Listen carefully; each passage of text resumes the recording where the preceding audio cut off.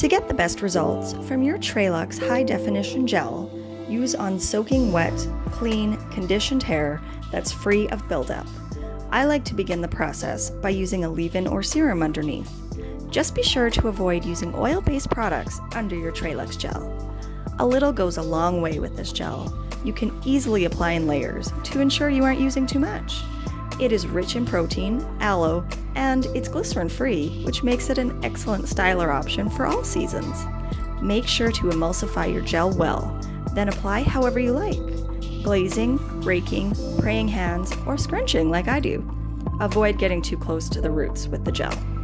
This gel leaves an amazing cast that scrunches out really easily. Add a little serum or oil to your hands, then scrunch away, leaving beautiful, bouncy, shiny, flake-free, hydrated curls that last.